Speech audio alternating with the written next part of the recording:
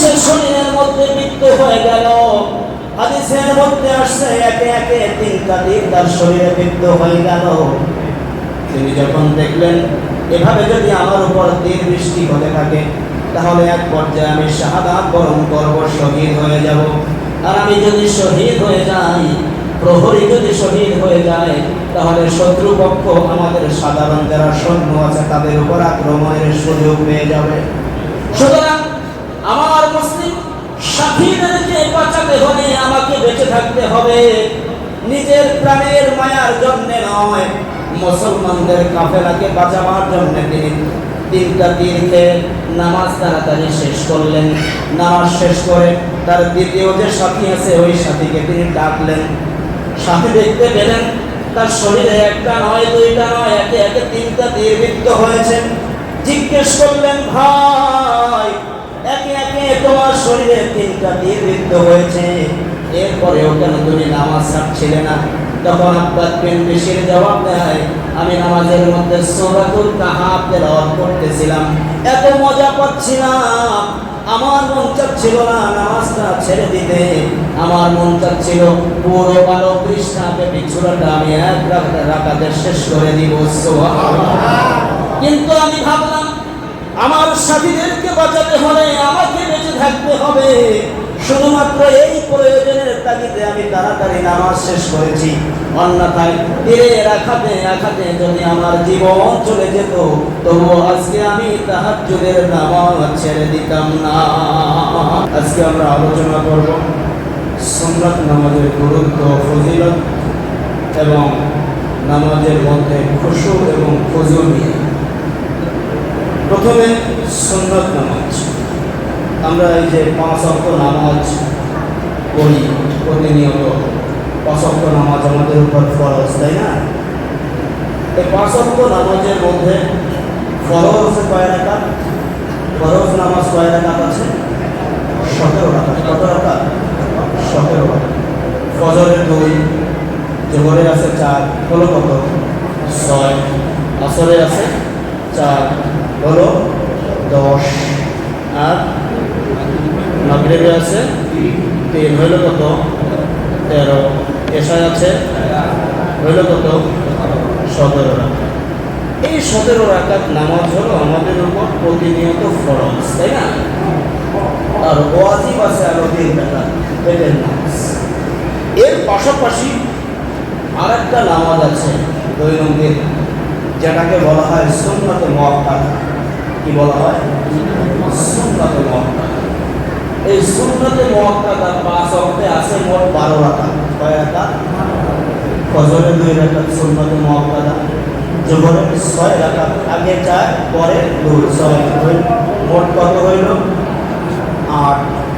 আসরে সুন্নাতে মুআক্কাদা নাই, মাগরিবে সুন্নাতে মুআক্কাদা আছে 2 রাকাত, হইল কত?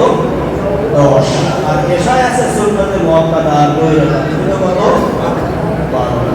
এই যে সুন্নাতে মুআক্কাদা 12 রাকাত নামাজ, এই নামাজ কিন্তু সাধারণ নামাজ না, এটা ওয়াজিবের কাছাকাছি। কিসের কাছাকাছি?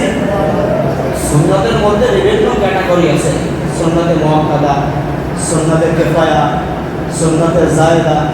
সুন্নাতে জায়েদা যেটা, যেমন ধরেন আসরে 4 রাকাত সুন্নাত নামাজ আছে, এটা আপনি পড়লে সওয়াব আছে, না পড়লে গুনাহ নাই, ঠিক না? তো সুন্নাতে মুআক্কাদা যেটা আছে, এই যে 12 রাকাত, এই 12 রাকাত সুন্নাত আপনি ছেড়ে দিলে কিন্তু গুনাহ হবে। এই 12 রাকাত সুন্নাত ছেড়ে দিলে আপনি গুনাহগার হবেন। ঘটনাক্রমে ওযর বশত একবার 2বার ছুটে গেছে, সেটা ভিন্ন কথা, কিন্তু আপনি যদি ওযর ছাড়া ছেড়ে দেন, না পড়েন, তাহলে কিন্তু আপনি গুনাহগার হবেন। বুঝতে পেরেছেন? সম্মানিত শুনি, এই 12 রাকাত সুন্নাতের মধ্যে সবথেকে বেশি গুরুত্বপূর্ণ হলো ফজরের 2 রাকাত সুন্নাত। কোন 2 রাকাত সুন্নাত? ফজরের 2 রাকাত সুন্নাত। কতটা গুরুত্বপূর্ণ? আবু দাউদ শরীফের 1258 নম্বর হাদিসের মধ্যে আসছে, নবীজি সাল্লাল্লাহু আলাইহি ওয়াসাল্লাম বলেন, লা তাদউ রাকাতাইল ফজরি ওয়া ইন তারাকাতুমুল খায়র, যে তোমাকে যদি ঘোড়ায় তাড়িয়ে নিয়ে যায়, ঘোড়ায় তোমাকে তাড়িয়ে নিয়ে যাচ্ছে, তুমি দৌড়াচ্ছ ঘোড়ার ভয়ে। বলে এই অবস্থায়ও যদি তুমি দেখো যে আমি এই দৌড়ানো অবস্থায় সুন্নাত নামাজ না পড়ি ফজরে, তাহলে রক্ত চলে যাবে। নবীজি বলে ওই দৌড়ানো অবস্থায় সুন্নাত করবা, সুন্নাত ছাড়বা না। তাহলে কেমন গুরুত্বপূর্ণ বুঝে আসে? ঘোড়ায় আপনাকে দাঁড়িয়ে নিয়ে যাচ্ছে, আপনি দৌড়াচ্ছেন। আপনি এখন দেখছেন যে যদি আমি এই দৌড়ানো অবস্থায় সুন্নাত নামাজ না পড়ি, তাহলে ফজরের সুন্নাতে রক্ত চলে যাবে, আমার সুন্নাত ছুটে যাবে। তো নবীজি বলেন ওই দৌড়ানো অবস্থায় তুমি পড়বে সুন্নাত, সুন্নাত ছাড়তে পারবে না। বুঝে কতটা গুরুত্বপূর্ণ? নবীজি সাল্লাল্লাহু আলাইহি ওয়াসাল্লাম অন্য হাদিসের মধ্যে বলেন, এটি তিরমিজি শরীফের 416 নম্বর হাদিস। নবীজি বলেন, রাকাতাল ফজরি খায়রুম মিনাদ দুনিয়া ওয়া মা ফিহা। ফজরের 2 রাকাত সুন্নাত দুনিয়া এবং দুনিয়ার মধ্যে যা কিছু আছে এর সব কিছুর থেকে উত্তম। সুবহানাল্লাহ। অন্য হাদিসের মধ্যে আছে নবীজি সাল্লাল্লাহু আলাইহি ওয়াসাল্লাম বলেন, হাদিসটি মুসনাদে আহমদের 980 নম্বর হাদিস। নবীজি বলেন, হুমা আহাব্বু ইলাল্লাহি হুমা আহাব্বু ইলাইয়া মিনাদ দুনিয়া জামিআ। নবীজি বলেন, দুনিয়ার মধ্যে যা কিছু আছে এর সব কিছুর থেকে আমি মুহাম্মদ সাল্লাল্লাহু আলাইহি ওয়াসাল্লামের কাছে ফজরের 2 রাকাত সুন্নাত বেশি প্রিয়। সুবহানাল্লাহ। তাহলে দুনিয়াতে যা কিছু আছে এর সব কিছুর থেকে নবীজির কাছে কি জিনিস প্রিয়? ফজরের 2 রাকাত সুন্নাত। তাহলে সুন্নাতের গুরুত্ব দিব তো আমরা। আচ্ছা, এই যে 12 রাকাত সুন্নাত, ফজরে 2, জোহরে 6, আসরে নাই, মাগরিবে 2, এশায় 2, এই 12 রাকাত সুন্নাত যদি আপনি আমি আদায় করতে পারি প্রতিনিয়ত, তাহলে কি ফায়দা হবে, কি উপঢৌকন আল্লাহ পাক আপনাকে আমাকে দিবেন, সে কথা নবীজি সাল্লাল্লাহু আলাইহি ওয়াসাল্লাম বলছেন। হাদিসটি এসেছে দারিমি শরীফের 1402 নম্বর হাদিসে। নবীজি বলেন, মা মিন আবদিন মুসলিমিন ইউসাল্লি কুল্লা ইয়াউমিন 12 রাকাতান তাতাওয়ান গায়রা ফারিযাতিন ইল্লা বানাল্লাহু লাহু বাইতান ফিল জান্নাহ। সুবহানাল্লাহ। নবীজি বলেন, ফজরে 2 রাকাত, জোহরে 6, মাগরিবে আছে 2, আরো 2 এশায়, এই 12 রাকাত পড়িবে যে জন, জান্নাতে বালাখানা পাইবে সে জন। মদিনার পয়গম্বর প্রমাণ, দুনিয়ার মানুষ সব ও আমার উম্মতেরা সব দৈনিক 5 ওয়াক্ত ফরজ নামাজের পাশাপাশি এই 12 রাকাত সুন্নাতে মুআক্কাদা আছে। এই 12 রাকাত সুন্নাতে মুআক্কাদা যদি আমার কোনো উম্মত প্রতিনিয়ত আদায় করতে পারে, আল্লাহ পাক রব্বুল আলামিন বিনিময়ে জান্নাতে তাকে একটা বালাখানা দান করবে। সুন্নাত সহ যত নফল আছে, এই নফলগুলো আদায় করলে আপনাকে হাসরের ময়দানে কি দেওয়া হবে সেটাও নবী সাল্লাল্লাহু আলাইহি ওয়াসাল্লাম বলেছেন। সম্মানিত শহীদ, নফল নামাজ, নফল এই শব্দটা একটা ব্যাপক অর্থবোধক শব্দ, ব্যাপক অর্থবোধক শব্দ। ফরজ এবং ওয়াজিব ছাড়া বাকি যা আছে সেটাকে আমরা সুন্নাতে মুআক্কাদা হিসেবে চিনি, সুন্নাতে কিফায়া হিসেবে চিনি, সুন্নাতে জায়েদা হিসেবে চিনি, নফল হিসেবে চিনি, মুস্তাহাব হিসেবে চিনি। যে পরিচয়ই চিনি না কেন, এই সবগুলো ব্যাপক অর্থে নফল। এই সবগুলো কি ব্যাপক অর্থে নফল। তাহলে সুন্নাত সহ নফল বলতে আমরা যা কিছু বুঝি এই সবগুলো ব্যাপক অর্থে কি নফল। বুঝতে পেরেছেন? তো এই নফল ইবাদত করলে কি হবে? নবীজি সাল্লাল্লাহু আলাইহি ওয়াসাল্লাম বলেছেন, ওয়া ইন কানা ইনতাকাসা মিনহা শাইআন ক্বালা আনজুরু হাল লি আবদি মিন তাতাওয়ু ফা ইন কানা লাহু মিন তাতাওয়ু ক্বালা আতিম্মু লি আবদি ফরিদাতাহু মিন তাতাওয়ু। হাদিসটি আবু দাউদ শরীফের 884 নম্বর হাদিস। নবীজি বলেন, হাসরের দিনে বিকিময় ক্ষণে বিচার হইবে যাবে, মাপের মিজানে নেকি আর গতি পরিমাপ করা হবে। ফরজের যদি থাকে সংকট কারো আমল নামায়, ডাকিয়া কহিবে ফেরেশতাদের পরম করুণাময়, দেখো দেখো ওহে স্বর্গীয় দূত, আমল নামায় খুঁজি, আছে নাকি তার নফল আমল, আছে নাকি কোনো পুঁজি। ফরজের যত শূন্যতা আছে আমল নামায় তার, নফলে নফলে ভরে নাও শেখা, থাকিলে নফল তার। সুবহানাল্লাহ। নবীজি সাল্লাল্লাহু আলাইহি ওয়াসাল্লাম বলেন, ও আমার উম্মতেরা শোনো, হাশরের ময়দানে যখন আল্লাহ পাক রব্বুল আলামিন বিচার করবেন, প্রতিটি মানুষের প্রতিটি কর্ম, সেটা নেক কর্ম হোক, গুনাহের কর্ম হোক, সব কিছুই মিজানে পরিমাপ করা হবে আমলনামা। বুঝতে পেরেছেন? পরিমাপ করার পরে যখন দেখা যাবে কোন বান্দার ফরজ ইবাদতে কিছু ঘাটতি পড়ে গেছে, দেখা গেছে বান্দা ফরজ নামাজ পড়েছে কিন্তু কিছু বাদ দিয়ে ফেলছে, ফরজ রোজা রেখেছে কিছু বাদ দিয়ে ফেলছে, আল্লাহ পাক রব্বুল আলামিন তখন ফেরেশতাদেরকে ডাক দিয়ে বলবে, ও আমার ফেরেশতারা শোনো, আমি বান্দা বানিয়েছি জাহান্নামে দেওয়ার জন্য না, বড় আদর করে আমি আমার বান্দাদেরকে সৃষ্টি করেছি জাহান্নামে দেওয়ার জন্য না। ও আমার ফেরেশতারা, আমার ওই বান্দার আমল নামায় খুঁজে দেখো, ফরজের ঘাটতি পড়েছে ঠিকই কিন্তু কোনো সুন্নাত বা নফল পাওয়া যায় কিনা। ফেরেশতারা তখন বান্দার আমল নামা খুঁজতে থাকবে, খুঁজতে খুঁজতে দেখা যাবে বান্দা জীবনে কিছু নফল ইবাদত করেছে, সুন্নাত নামাজ পড়েছে, ফরজের পাশাপাশি কিছু নফল ইবাদত করেছে। ফেরেশতারা তখন আল্লাহকে ডাক দিয়ে বলবে, ও আল্লাহ, তোমার বান্দার আমল নামায় ফরজের ঘাটতি আছে ঠিকই কিন্তু কিছু নফল নামাজ দেখা যাচ্ছে। সুবহানাল্লাহ। আল্লাহ পাক রব্বুল আলামিন ডাক দিয়ে বলবেন, ফেরেশতারা রে, আমার এই বান্দার আমল নামায় যে নফল গুলো আছে ওই নফল ইবাদত গুলো দিয়ে ফরজের শূন্যতা পূর্ণ করে আমার বান্দাকে জান্নাতে পাঠিয়ে দাও। সুন্নতের গুরুত্ব আছে, বলবেন তো ইনশাআল্লাহ। কারা কারা পড়তে পারবে একটু একটু হলে করে বাবা, আল্লাহ পাক তৌফিক দান করে। সম্মানিত শুনি, তাহলে প্রথমে আমরা জানতে পারলাম সুন্নতের গুরুত্ব এবং ফজিলত অপরিসীম, তো আমরা সুন্নত আদায় করব। এরপরে আরেকটা বিষয় হলো যে এই যে আমরা নামাজটা পড়ব, নামাজটার কোয়ালিটি কেমন হবে। নামাজের মধ্যে দুইটি বিষয় আছে বিশেষ করে, একটা হলো খুশু আর একটা হলো খুজু। খুশু এবং খুজু। খুশু খুজু কি জিনিস? খুজু হলো এই বাহ্যিক স্থিরতা।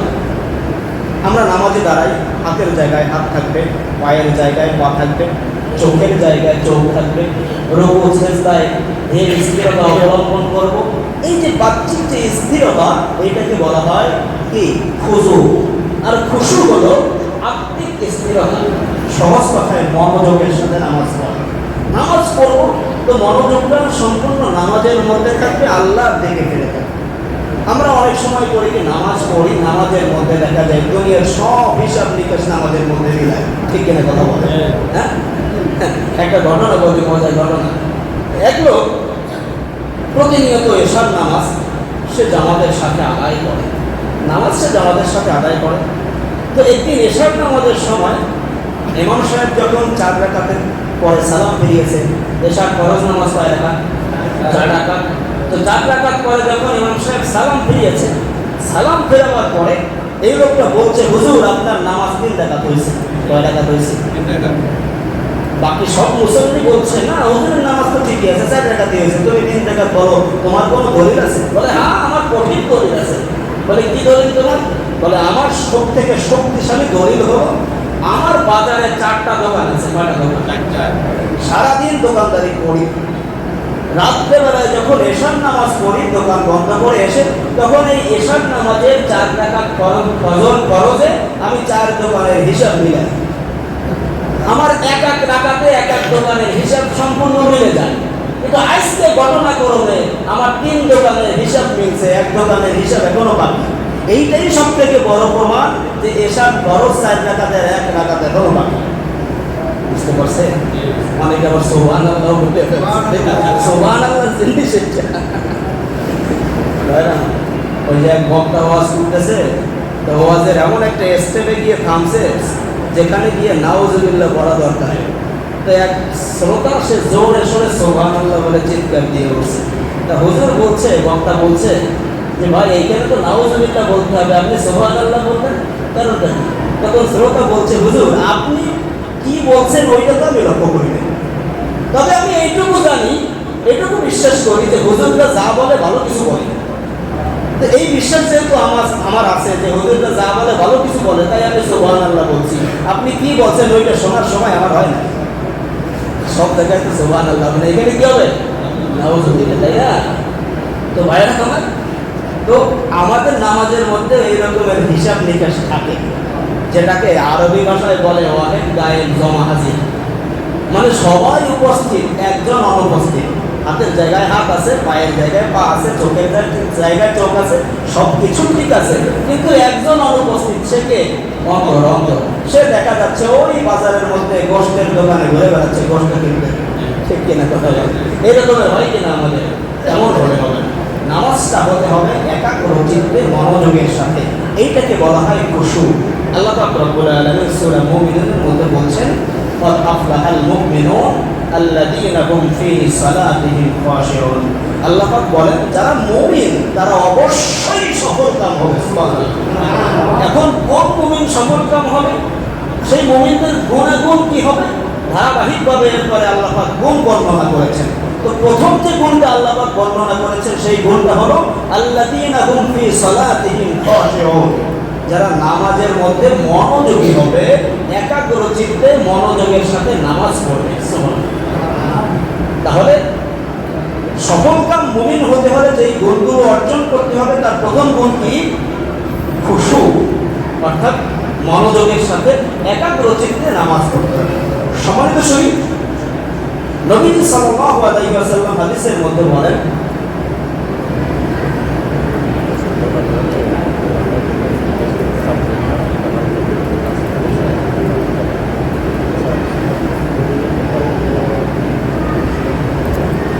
সম্মানিত শরীফ, হাদিসে জিবরিলের মধ্যে আসছে, হাদিসে জিবরিলের অনেক কথা আছে, এইটা নিয়ে আলাদা একটা বক্তব্য দেওয়া দরকার। আমি সংক্ষিপ্ত একটা অংশ নিয়ে আপনাদের সামনে কথা বলছি এই বিষয়ের সঙ্গে, যেটা সম্পৃক্ত। হাদিসে জিবরিলের মধ্যে আসছে, জিবরিল আলাইহিস সালাম একদিন মানুষের রূপ নিয়ে নবীজির কাছে আসতেন, নবীজি সাহাবায়ে কেরামকে নিয়ে বসা। তো তখন নবীজি সাল্লাল্লাহু আলাইহি সাল্লামের কাছে এসে তিনি নবীজিকে কয়েকটা প্রশ্ন করলেন। নবীজি ধারাবাহিকভাবে প্রশ্নগুলির উত্তর দিলেন। এই প্রশ্ন উত্তরের মাধ্যমে নবীজি সাল্লাল্লাহু আলাইহি ওয়াসাল্লাম সাহাবায়ে কেরামকে বিষয়গুলিতে শিক্ষা দিলেন। তো তার মধ্যে একটা প্রশ্ন ছিল, নবীজি সাল্লাল্লাহু আলাইহি ওয়াসাল্লাম ইহসান কাকে বলে?